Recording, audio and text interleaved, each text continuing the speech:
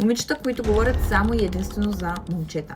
Значи, вижте сега, ако най-добрата ми приятелка примерно скъса с гаджето си и иска да го говорим 1 месец, 2 месеца, 5 месеца, 10 месеца, колкото иска, ще го говорим. Няма никакъв проблем. Става въпрос за уния момичета, чието цял свят се върти около момчета. Нон-стоп говорят за някакви рандъм момчета. Просто това им е най-интересното. Момичета, които клюкарят. Да, всички момичета обичаме да си поклюкарим малко, някоя друга клюка и така нататък. Обаче има някаква граница, има някакъв лимит. Има момичета, които просто я прекрачват тази граница. Цялото нещо, което правят, е да клюкарят. И тук става въпрос за момичета, но има и момчета клюкари, доста повече даже от момичета.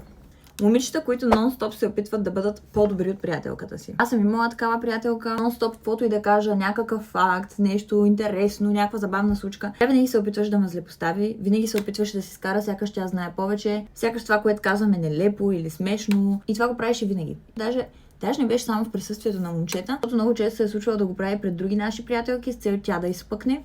Аз даже не се сърдя, когато се случи, защото става ми много гадно за това момиче. Явно тя наистина има нуждата по някакъв начин да изпъкне, по някакъв начин да се хареса. Окей, разбирам го, всички сме странни, всички имаме нужда от валидация, обаче защо трябва да го правиш на чуждия гръб?